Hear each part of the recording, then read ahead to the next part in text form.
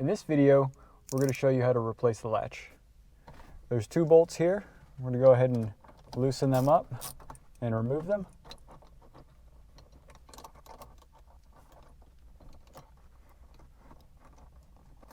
Now that we have the old latch on, we go ahead and grab the new latch.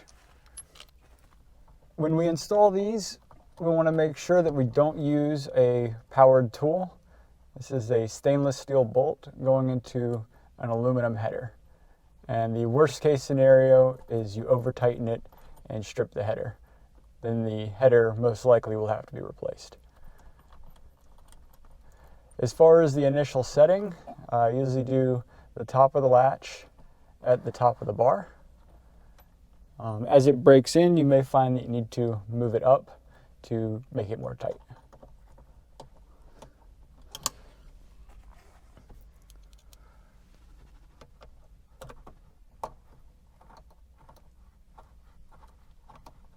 Once I have both bolts hand tight, I'll come back with a tool.